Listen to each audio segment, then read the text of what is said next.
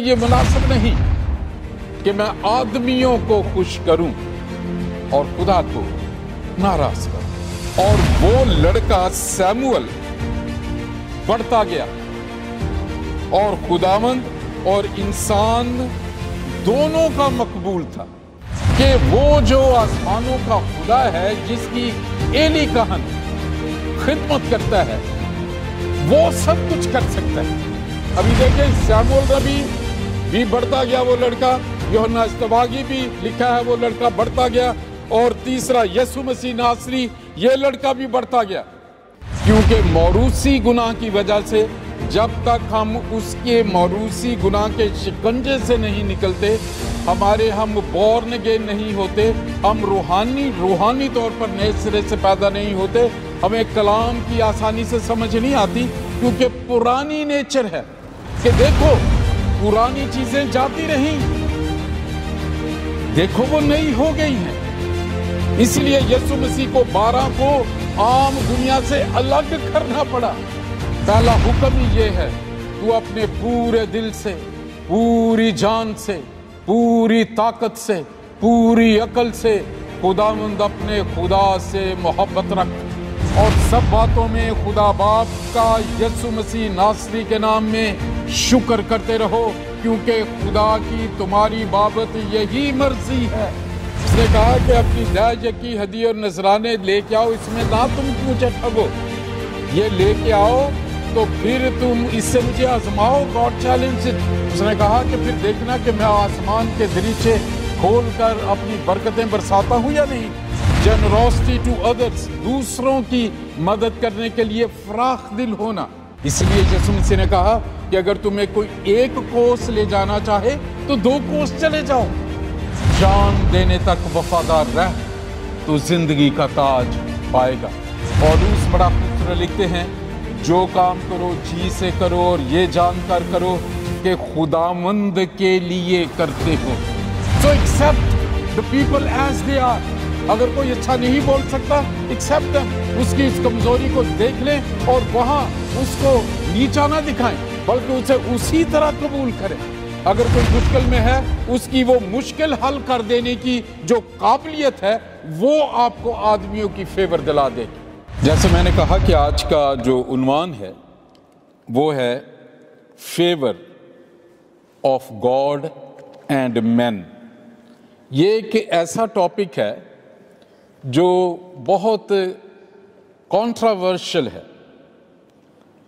बड़ा मुश्किल है।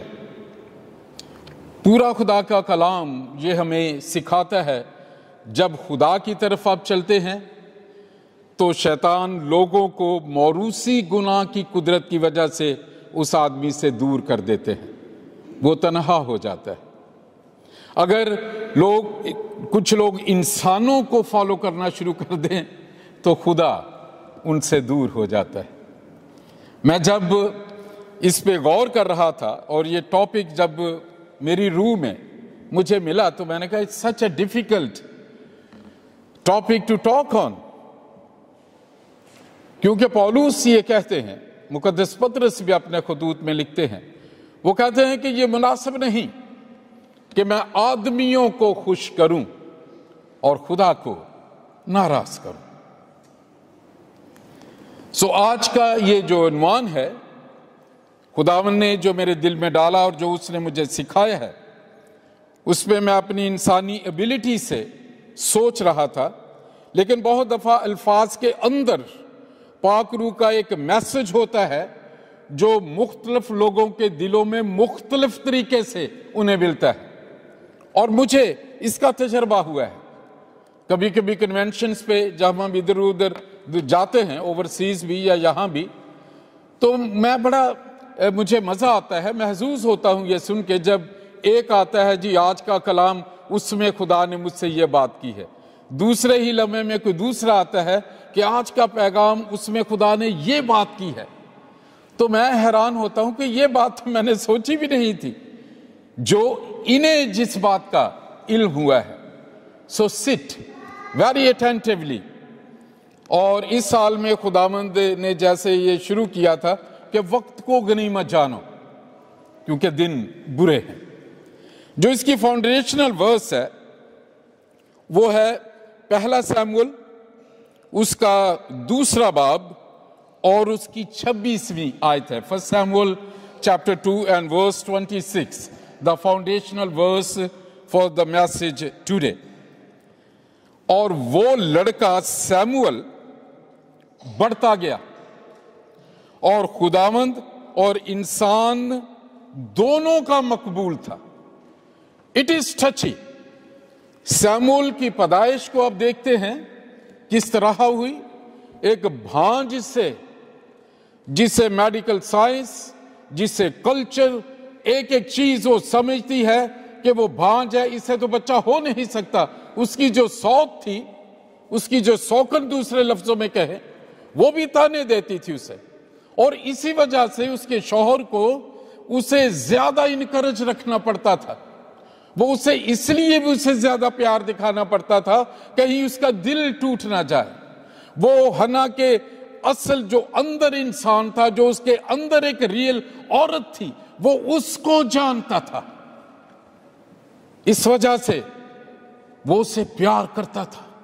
और पढ़ के देखें जो उसका शौहर जिस तरह उसे खुश रखता था। लेकिन इस औरत का एक ईमान था कि वो जो आसमानों का खुदा है, जिसकी एली कहन खिदमत करता है, वो सब कुछ कर सकता है।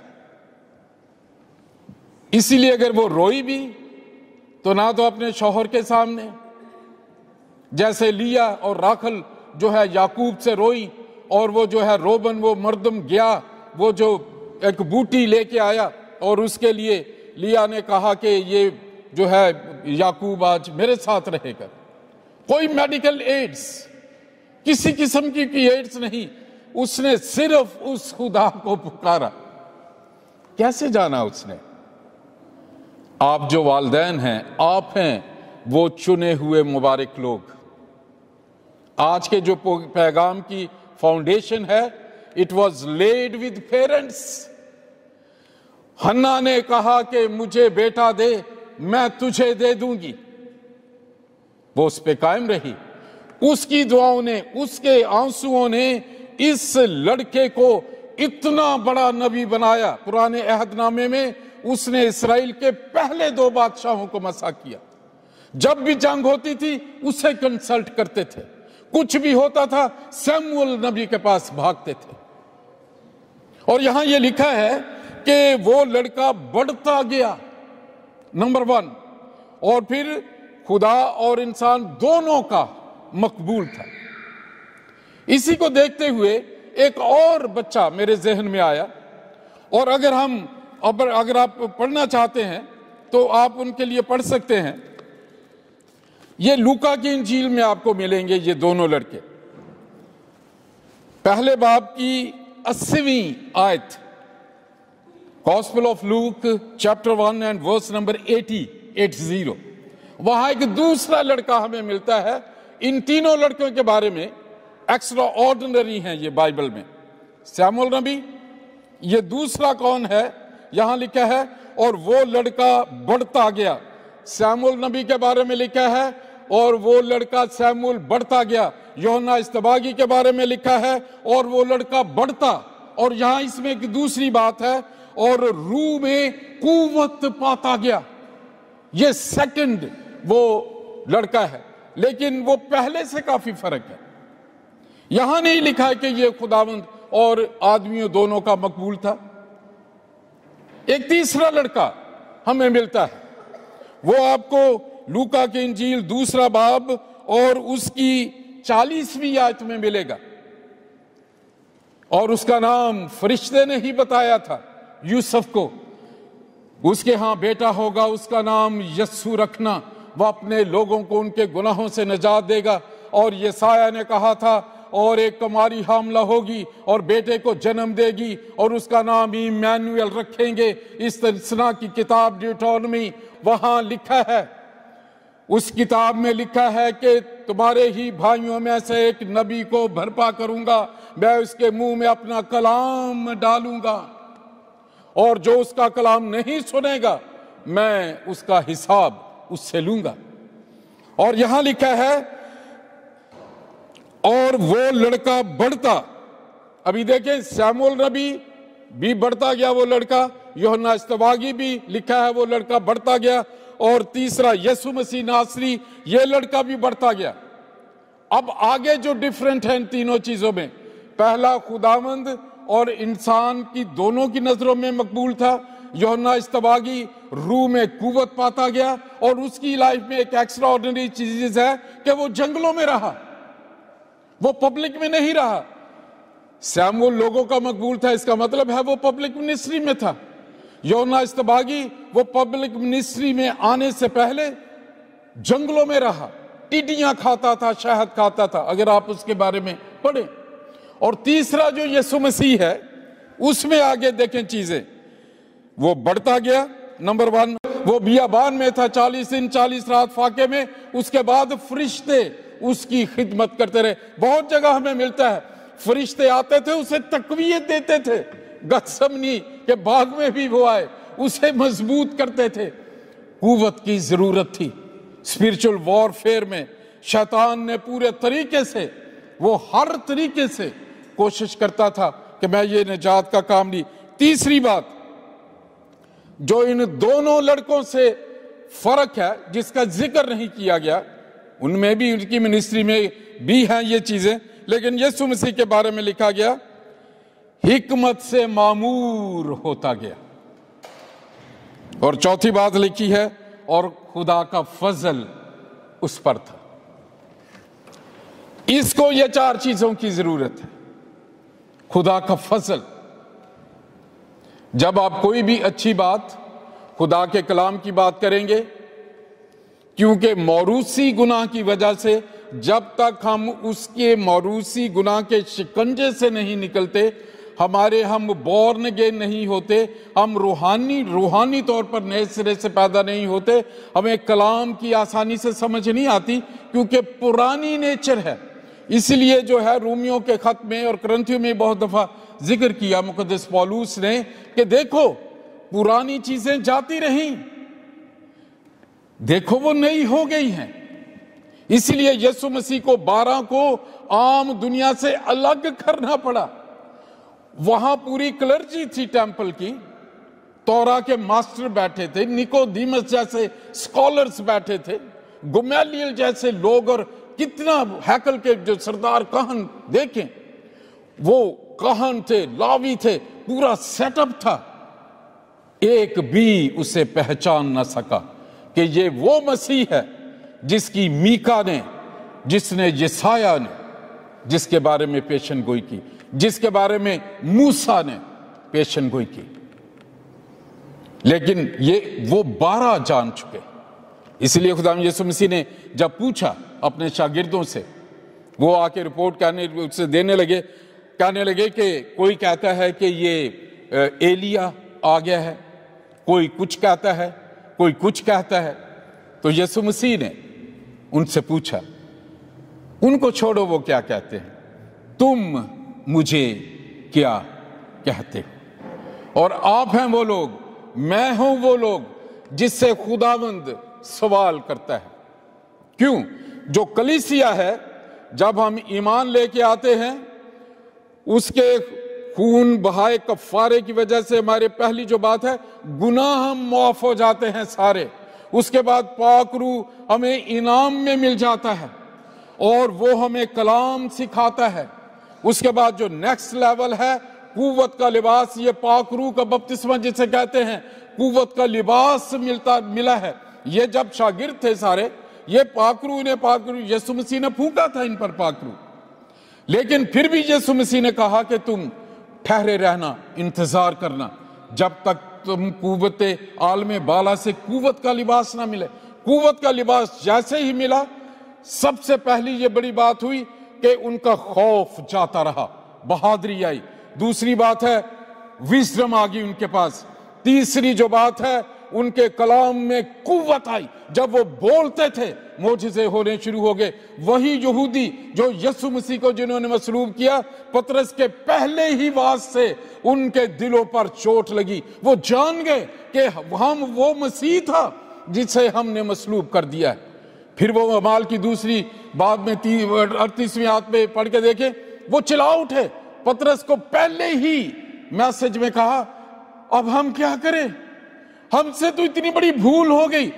जैसे ही पाक रूह के वसीले से वो कुव्वत के लिबास से उनके कलाम में रूह की कुदरत आई, जो बंद को तोड़ देता है, जो सारे फासलों को खत्म कर देता है, जो मजहबी इल्म को पीछे कर देता है। और उसके बाद कुव्वत से भरे हुए उनके पास वो जहां भी जाते थे, उन्होंने एक नई तारीख रकम कर दी। 120 की जमात ने कुर्राए अर्ज को बदल के रख दिया, कुव्वत का लिबास। अब ये खुदाम यीशु मसीह, ये 3 लड़के हैं और इन सब की बुनियाद पेरेंट्स है, जो पाक रूह ने पहला पॉइंट मुझे सिखाया।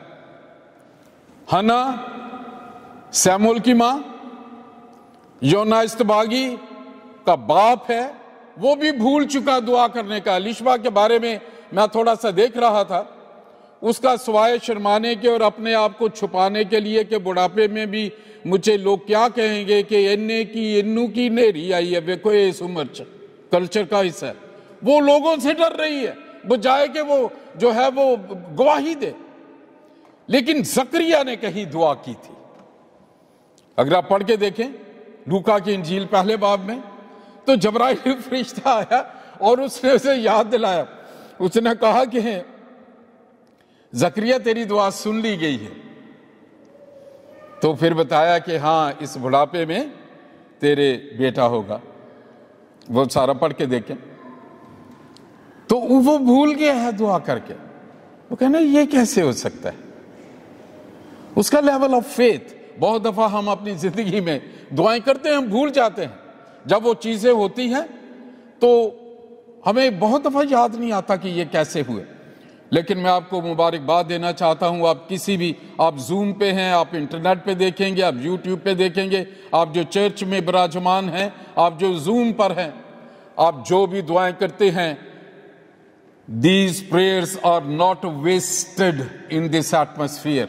वैसे हम कोई भी लफ्ज बोलें तो वो यहां मौजूद रहता है, ये लफ्ज जाया नहीं होते, इनमें कुव्वत है। मौत और जिंदगी अमाल की किताब में लिखा है जुबान के काबू में है, जो इसे अजीज रखता है वो इसका फल खाता है। हम अपनी जुबान से ही अपनी कब्र खोद लेते हैं और हमेशा की जिंदगी पा सकते हैं। और तीसरा जो लड़का है, इसमें भी एक मां हमें नजर आती है और ये बड़ी कामयाब मां रही है। ये पहले दिन से, जिस दिन वो कंसीव हुई, उसने जबराइल फरिश्ते को कहा तेरे कॉल के मुआफिक मेरे लिए हो। उसके बाद उस सारे प्रोसेस में, उसके बाद वो लिशबा के पास जाती है, फख्र से गाती है मेरी रूह खुदावंद की बड़ाई करती है और वो उसका करम मुझ पर हुआ। फिर कहती है और हर जमाने के लोग मुझे मुबारक कहेंगे। वो यीशु मसीह की चरनी से लेके कलवरी तक, जब तक उसका जिस्म उतारा नहीं गया, वो उस विजन में उसके साथ साथ रही। उसने अपने बेटे को कभी छुपाने की कोशिश नहीं की, उसने कभी गिले नहीं किए। तू तो अपने दोस्तों के साथ बाहर ही रहता है, यहूदी तो मेरे साथ ऐसा करेंगे, तूने क्या ये कर रहा है। She knew the purpose. हमें अपने बच्चों के उस मकसद को जानने की जरूरत है जिसके लिए खुदा ने हमें चुनकर ये बच्चे दिए हैं। इसमें हमारी कोई इंसानी ताकत नहीं, ये हमारे नाम के लिए नहीं। हां जी, अगर बेटा नहीं हुआ तो मेरा नाम खत्म हो जाएगा, मैं कोई और शादी कर लूं, हमारे कल्चर का ये हिस्सा है। हालांकि खुदा के कलाम में लिखा है, देखो औलाद खुदामंद की तरफ से मिरास है। औलाद में यहां बेटे बेटी का जिक्र नहीं है, औलाद है वो। पेट का फल उसी की तरफ से अजर है। मेडिकल साइंस में टेस्ट ट्यूब बेबीज का भी जो ओरिजिन देखें उसमें भी खुदा ही के नेचुरल जो चीजें हैं, सब्सटेंस है, उसे इस्तेमाल किया जाता है। साइंस ढींगे मारती है कि वो जी टेस्ट ट्यूब बेबी कहां से कैसे होता है। मेडिकल के लोग बैठे हैं, आप सब समझदार। खुदा के बगैर हम कुछ नहीं। और ये पेरेंट्स उन मकासद को जानते थे। हन्ना को जानती थी कि ये पूरी उम्र के लिए खुदा को दे दिया गया है। कभी गिला नहीं किया, पुत्र तू मेरे को भी आया कर, मेरे को भी सलाह ले लिया कर। उसने कहा एली ही तेरा बाप है, एली कहन ही तेरी माँ है, और वो ही है उसकी आवाज सुनना। और मजे की बात है, जब सैमुअल नबी ने जब ये जान गया एली कहन की तरफ से कि ये आवाज खुदावंद की है जो मुझे पुकारता है, तो उसके बाद जो उसने आवाज सुनी है वो मरते दम तक उससे हटा नहीं है। मां की कुर्बानी को वो जानता था। जकरिया कहन की जिंदगी में मोजज़ा हुआ, उसकी जुबान खुली जब उसने उसका नाम रखा। यूहन्ना इस्तबागी फोररनर, वो भी एक छोटा सा मेहमान अदाकार, फिल्मों में लिखा होता है गेस्ट स्टार। कैसे कहानियों में कभी एक ऐसे स्टार्स, ऐसे किरदार आते हैं, उनका एक ही सीन होता है, लेकिन उसी सीन डायलॉग पर ही हीरो की पूरी फिल्म हिट हो जाती। और यूहन्ना इस्तबागी ऐसा ही था। खुदा के आने से पहले, बादशाह के आने से पहले एक हरकारे को भेजते हैं, मुनादी करते हैं कि सब तमाम रियाया जाने कि बादशाह सलामत जिले सुबानी, और आपने सुना होगा कि वो तशरीफ ला रहे हैं, ये फोर रनर, और तौबा करो क्योंकि आसमान की बादशाही नजदीक है, उसने आके कहा। और वो यीशु मसीह का जो है वो मेहमान अदाकार था इस पूरी मिनिस्ट्री में। मैसेज दिया, तौबा के बपतिस्मे दिए, सर कलम हो गया, वो सीन से गायब है। यीशु मसीह की एंट्री होती है और वो आज तक मौजूद है, क्योंकि कलाम में लिखा है यीशु मसीह कल, आज, बल्कि अब तक यकसा है। हम खुदा और इंसान की नजर में फेवर कैसे पा सकते हैं? और पहली तलावत जो आपने सुनी वही भेद की एक बात है। अगर इसे और जाती तौर पे पढ़ना चाहते हैं, ज़बूर 15 उसकी तलावत करें, उसमें आपको इल्म हो जाएगा कि किस तरह हम खुदा की हुजूरी में रह सकते हैं। मैं सोच रहा था और मैंने चंद पॉइंट्स जो है वो लिखे हैं। अगर आप लिखना चाहते हैं तो आप लिख सकते हैं, और मैं पढ़ देता हूं जो मैंने लिखे हैं। पहला है फॉर गॉड्स फेवर, खुदा की हमायत हमें कैसे हासिल हो सकती है। और कलाम में से जब मैं देख रहा था, मुझे 10 मेन चीजें मिली जिन्हें आप बुलेट पॉइंट्स कह सकते हैं। उसमें पहला है लव गॉड। पहला हुक्म ही यह है, तू अपने पूरे दिल से, पूरी जान से, पूरी ताकत से, पूरी अकल से खुदावंद अपने खुदा से मोहब्बत रख। यह पहला तरीका है। यीशु मसीह ने कहा, जो हल पर हाथ रख के पीछे देखता है वो मेरे लायक नहीं, जो अपने माँ बाप को, अपने बच्चों को मुझसे ज्यादा अजीज रखता है वो मेरे लायक नहीं। नंबर 1 लव गॉड, खुदा से प्यार करना। दूसरा है वर्शिप, उसकी हमद करना, तमजीद करना। खुदा के कलाम में लिखा है कि मैंने इंसान को इसलिए बनाया कि वो मेरी हमद करें, वर्शिप करें। तीसरा है थैंक्स गिविंग, और उसके बारे में लिखा है, पौलुस लिखते हैं अपने खतूत में, वो कहते हैं कि और सब बातों में खुदा बाप का यीशु मसीह नासरी के नाम में शुक्र करते रहो, क्योंकि खुदा की तुम्हारी बाबत यही मर्जी है। तीसरा पॉइंट है थैंक्स गिविंग, हर एक बात के लिए शुक्रगुजारी करें। चौथा है ओबे हिज वर्ड, उसके कलाम की फर्माबरदारी करें, सुने नहीं उस पर अमल करें। पांचवा है राइचियसनेस, इसमें आता है पाक दिली, जिसमें मैं अक्सर बात करता हूं अपने ख्यालात। खुदा यीशु मसीह ने मुबारकबादियों में कहा कि मुबारक हैं वो जो पाक दिल हैं, और उनका पता क्या अजर है? मुबारक हैं वो जो पाक दिल हैं, क्योंकि वो खुदा को देखेंगे। पाक दिली की वजह से खुदा की नजर इंसान के दिल पे होती है। दिल में चार चीजें हैं, आपके ख्यालात, आपके इरादे, आपके एहसासात और आपकी आजाद मर्जी। और खुदावंद के बारे में भी खुदावंद ने उनके दिलों के ख्यालों को जाना, और खुदा हमारी पहली नजर हमारे रूहानी दिल पे होती है। और इसमें हम देखते हैं ये जो पांचवा है राइचियसनेस, रास्तबाजी, पाक दिली। छठा है गिविंग गिफ्ट्स टू गॉड, खुदा को दयायकी और नजराने देना। अगर आप अमीर होना चाहते हैं, उसका बड़ा कुलिया है।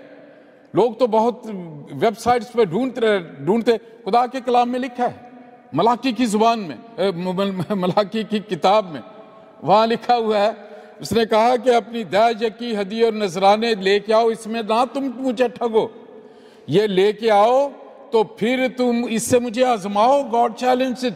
उसने कहा कि फिर देखना कि मैं आसमान के दरीचे खोलकर अपनी बरकतें बरसाता हूं या नहीं। इसराइल पूरी दुनिया पे इनडायरेक्टली फाइनेंसेस पे हुकूमत करती है। What is the source? They all पे देयर टाइथ्स। खुदा हमारे 10 पाउंड से वो कुछ कर देता है जो हम अपने 90 पाउंड से नहीं कर सकते। वो सिर्फ वफादारी, फरमाबरदारी देखता है। Number 6 giving to God. Number 7 love others, इंसानों से प्यार करना, खुदा के बनाए हुए इंसानों से, दूसरों से मोहब्बत रखना। नंबर 8 जनरोसिटी टू अदर्स, दूसरों की मदद करने के लिए फराख दिल होना। आपका टाइम, बहुत दफा घरों में लड़ाई होती है, वो जी रात को भी देखें, अब मेरा तो ये जो शौहरा रात को किसी ने 1:30 बजे उसे कह दिया जी मेरे वो घर की लाइट खत्म हो गई है पास्टर जी, वो मैं तो मेरे पास नहीं, उसके में कुछ मदद करें। हमारी जिंदगी में हुआ जब मैं लंदन में था, जो मेरे पास्टर थे और जब मैं खिदमत में शुरू, बहुत दफा कलीसियाओं में ऐसा होता है, उनकी मुश्किलात होती हैं, किसी को पिक करना है, ड्रॉप करना है, किसी का हॉस्पिटल में मसला हो गया, तो उसमें अपना टाइम है उगता। वहां ये है खुदा की उनकी मदद करना फराख दिली से। इसलिए यीशु मसीह ने कहा कि अगर तुम्हें कोई एक कोस ले जाना चाहे तो 2 कोस चले जाओ, अगर कोई तुमसे मांगता है तो उसे दो। और उसके बारे में अब मत्ती की इंजील में देखेंगे। तो ये नंबर 8 है फराख दिली, दूसरों में मदद करने के लिए। फिर 9वां है टेस्टमनी, अपनी जिंदगी में जो खुदा के फजल हुए हैं, जो चीजें वो लोगों को भी बताना कि खुदावंद ने मेरी जिंदगी में ये किया है और खुदा आपकी जिंदगी में भी ये कर सकता है। और 10वां है फेथफुलनेस, और ये जो है मुकाशफा की किताब में लिखा है जान देने तक वफादार रह तो जिंदगी का ताज पाएगा। ये 10 चीजें हैं जिसमें आप खुदा की फेवर आप पर बनी रहेगी। और ये खुदा के कलाम में से मैंने चीदा ढूंढे हैं जो आप इस पे मेडिटेट कर सकते हैं। इंसानों की फेवर हम कैसे ले सकते हैं? इंसान मौरूसी गुनाह के बाद जब गुनाह हुआ है, शैतान ने हवा को उस वक्त तक छोड़ा नहीं जब तक उसने उस फल को देखा नहीं, जब तक उसने उस फल को खाया नहीं, और जब तक उसने वो फल अपने शौहर को नहीं खिलाया। उसने जान नहीं छोड़ी जब तक वो अदन से लेके उन्हें बाहर नहीं ना गया, वो उसने जान छोड़ी नहीं और उसके बाद कभी भी नहीं छोड़ी। आप पूरी बाइबल पढ़ के देखें। इसलिए खुदा को इंसानी जिस्म में आना पड़ा इस आदम को छुड़ाने के लिए, क्योंकि आदम के बस में ही नहीं था। तो जो है इंसान की जो फितरत है, वो जैसे खुदा की सूरत में हम बनाए हैं, वो अपने आप को समझता है कि मैं ही सब कुछ हूं, मैं जो बात कहता हूं वही हिकमत में होनी चाहिए। और इसको जो इसकी फेवर हासिल करने के लिए जो मैंने देखा है, जब तक आप दूसरों की मर्जी के मुताबिक बात नहीं करेंगे वो आपकी सुनेंगे नहीं। लेकिन किस तरह शमूएल नबी को किस तरह वहां लिखा है कि वो खुदा और इंसान दोनों की नजर में मकबूल था। इसके लिए मैंने चंद पॉइंट, मैं जिसके लिए भी 10 पॉइंट्स मैं लिख सका। इसमें खुदा यीशु मसीह ने जो भेद की बात बताई, मैं तुमसे यूहन्ना की इंजील में मैं तुम्हें एक नया हुक्म देता हूं। 10 हुक्म तो हैं, 8 मुबारकबादियां भी मैंने दे दी हैं, लेकिन मैं तुम्हें एक नया हुक्म देता हूं कि एक दूसरे से मोहब्बत रखो। पौलुस रसूल कहते हैं, अगर मैं फरिश्तों की जुबानें बोलूं, अगर मैं जो है पहाड़ हटा दूं, मैं ये कर दूं, मैं वो कर दूं, लेकिन अगर मुझ में मोहब्बत नहीं, तो वो कहते हैं कि मैं ठनठनाता जांच और पीतल और झांझ की वो मिसाल देते हैं। पहली जो बात है, लव अदर्स अनकंडीशनली। हम प्यार शर्तों पे करते हैं, ये इंसानी फितरत है, लेकिन हम बेलौस प्यार कब कर सकते हैं? जो फाउंडेशन जो बात है, जब हम खुदा के कलाम को जानते हैं। इसीलिए पौलुस बड़ा खूबसूरत लिखते हैं, जो काम करो जी से करो और ये जानकर करो कि खुदावंद के लिए करते हो, वो रिवॉर्ड देता है। नंबर 1 मेंस फेवर के लिए, दूसरों से मोहब्बत करें। नंबर 2 एक्सेप्टेंस, दूसरे को कबूल करें वो जैसा है। इंसान की फितरत है, हम चाहते हैं कि जिस तरह हम सोचते हैं दूसरा भी वैसा ही सोचे, मैं जिस तरह कहता हूं वो भी वैसा ही करे। इसीलिए पार्टीज बन जाती हैं। आपके और मेरे ख्यालात फर्क है। Accept as they are. आपके गिफ्ट्स आपके साथ हैं, मेरे गिफ्ट्स मेरे साथ हैं। आप जितने बैठे हैं, आप सब यहां नेमतों से भरपूर हैं। कोई बोलने में, कोई सोचने में, कोई मशवरे देने में, कोई बिजनेस करने में, कोई स्पीच करने में, कोई गाने में, नेमतें तरह तरह की हैं। लेकिन पौलुस कहता है उसका सोर्स पाकरू ही है। So accept the people as they are. अगर कोई अच्छा नहीं बोल सकता, एक्सेप्ट देम। उसकी उस कमजोरी को देख लें और वहां उसको नीचा ना दिखाएं, बल्कि उसे उसी तरह कबूल करें। और फिर खुदावंद उसमें मदद करता है पाकरू। Number 3 appreciation. खुदा की जो हमने देखा था, जो दूसरी जो बात देखी थी, वर्शिप, तमजीद करते हैं। यह भी इंसान में जो तीसरी चीज है, वो भी तारीफ चाहता है।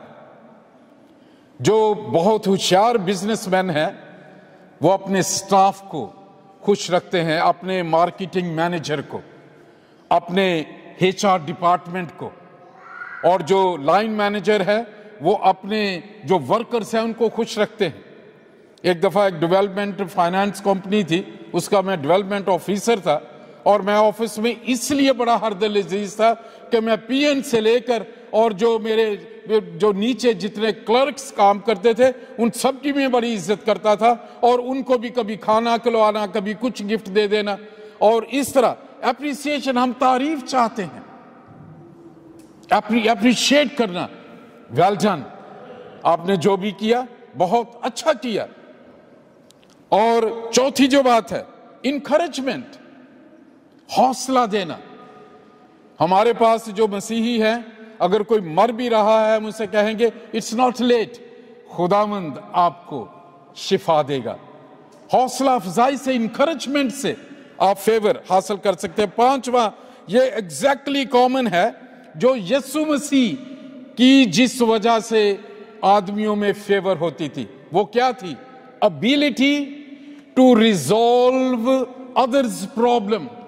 ऐसी काबिलियत जब आप किसी दूसरे के मसले को हल कर देते हैं, यह बहुत बड़ी खूबी है जिससे आप फेवर ले सकते हैं। अगर आप किसी जगह, अच्छी जगह ऑफिस है, किसी पे आप काम दिलवा देते हैं, किसी को काम सिखा देते हैं, किसी की अच्छी सिफारिश कर देते हैं, किसी को अच्छी इंफॉर्मेशन दे देते हैं, एबिलिटी है। अगर कोई मुश्किल में है, उसकी वो मुश्किल हल कर देने की जो काबिलियत है, वो आपको आदमियों की फेवर दिला देगी। वो कहेगी कि नहीं, वो इंफॉर्मेशन छुपाते नहीं है। बहुत दफा लोग जो है वो करीब ही हो, बिल्डिंग करीब हो, लोग पूछते हैं जी ये बिल्डिंग कहाँ है, वो जी पता नहीं, हालांकि उन्हें पता है कि ये करीब है, उन्हें पूछे कि बताया क्यों नहीं? असी जी इन्ने साल वो लगे, असी उदों इस बिल्डिंग च पहुंचे, सानू तो हुणे सी एवं ही इन्होंने दस दईए। It is a normal character in our community.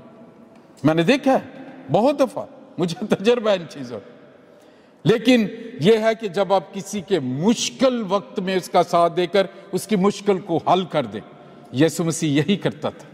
कोढ़ी आते थे, वो शिफा पा जाते थे, अंधे पुकारते थे, वो बीना हो जाते थे, बीमार थे, अच्छे हो जाते थे, मुर्दे जिंदा हो जाते थे, भूखे थे, खाना मिल जाता था।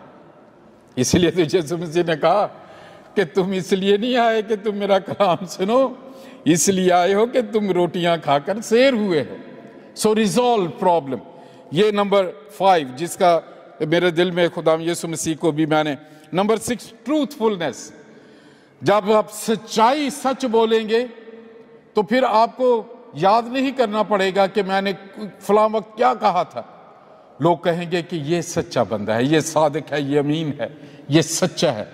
एंड खुदा की जो मुकाशफा में भी लिखा है, और झूठ गढ़ने वाले हर झूठी जुबान जो उस शहर से बाहर रहेगी। God hates lies. ट्रूथफुलनेस, सच्चाई। 7वां है no backbiting but speak positively in someone's absence. ज्यादातर ये होता है इंसानी कमजोरी में, जब इंसान मौजूद नहीं उसके बारे में चुगलियां करना या बैक बाइटिंग करना। वो सामने आ जाए, ओ जी खान साहब ਤੁਹਾਡੇ वर्गा तो बंदा ही फिर कोई नहीं। लेकिन जैसे ही वो गया वो इनू की वजाना आंदा एक छाड़ी आ रहे। सो गॉड हेट्स दैट। खुदा ये चाहता है। और आप देखेंगे अगर आपके मुखालिफ भी हैं, उनके बारे में अगर बात हो रही है, आप उनके लिए पॉजिटिव रिमार्क्स देंगे, उनको जब पता चलेगा उनकी तब्दीली हो जाएगी। अच्छा, मैं तो उसके बारे में इतनी गलत बातें कह रहा हूं, लेकिन वो मेरे बारे में अच्छी बातें कर रहा है। सो नंबर 8 यह है कमिटमेंट। अगर आपने वादा किया है साथ चले हैं तो फिर साथ चलें, कमिटेड रहें। Number 9 humility. इसमें यीशु मसीह ने यह कहा कि दूसरे को अपने से बेहतर जानो। ह्यूमिलिटी का यह मतलब है हलीमी का। हलीमी का यह मतलब नहीं कि बुराई के सामने सर झुका के उसकी बुराई में शामिल होना। नो, ह्यूमिलिटी का यह मतलब है कि उसकी बेहतरी के लिए अगर उसे प्यार से साइड पे करके समझाना भी पड़े तो यह है कि आप उसकी बेहतरी चाहते हैं। यीशु मसीह ने यह कहा कि अगर कोई इंसान गड्ढे में गिर के मर जाए तो उसका बदला उससे लिया जाएगा जिसे इल्म था कि वो उस तरफ जा रहा है जहां गड्ढा है। अगर वो उसे बता देता कि आगे ना जाना, गड्ढा है, तो खुदाम यीशु मसीह ने कहा वो तो मरेगा ही मरेगा, लेकिन उसके खून का हिसाब तुमसे लिया जाएगा, क्योंकि तुम जानते थे और तुमने अपने भाई को बचाया नहीं। ये ह्यूमिलिटी उसमें आती है। Number 10 forgiveness. मुआफ ना करना। सारी दुश्मनी, सब नफरतों का और एक एक चीज की बुनियाद अनफॉरगिवनेस है। Forgiveness is number 10। You will get the favour of man. लोग फिर आएंगे, इकरार करेंगे अपनी गलती का। आइए हम अपने सरों को झुकाएं।